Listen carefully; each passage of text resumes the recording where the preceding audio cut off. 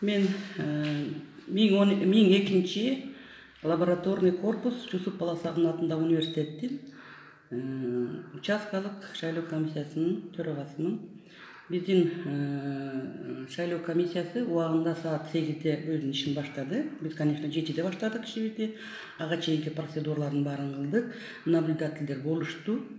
Келдик, бир 10 партиядан келдик.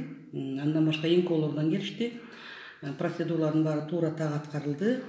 Шайлоого саат 8-ден алдын эле киши чогулуп калгандар келишти. Шайлоо жалпысына 1222 киши. Эртең менен негизи активдүү болушат бирок, андан кийин басылып калып, анан бир 10-11-лерде болот, анан кечке мал болот. Тем более бул ысыкта кечке мал болот. Шайлоо тынч эле жакшы өтүп атат, Кудай буйрса. Эми азыр отпусканын убагыбы, пандемиянын убагыбы бир аз солкунайт, солгун болот. Анткени апрелде байкаганбыз. Ысыкта болуп атат, бирок кечке чейин келет деп ишенебиз.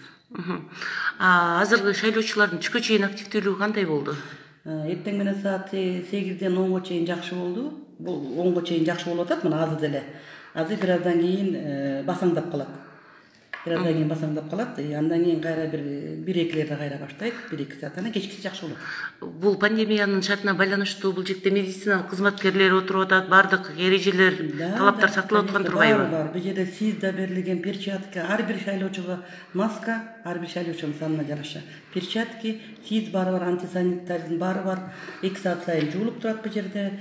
Университеттин службасы полностью ошону камсыз кылат, санитардык гигиеналык жактан. Врачтарыбыз да отурат. Мындай айтканда баардык жагынан камсыз болот.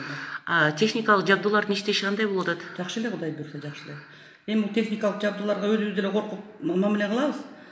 Коркобуз да, чын айтканда эмне болуп кетет деп. Мына бирок Кудай буйрса жакшы деп атат. Бузула элек.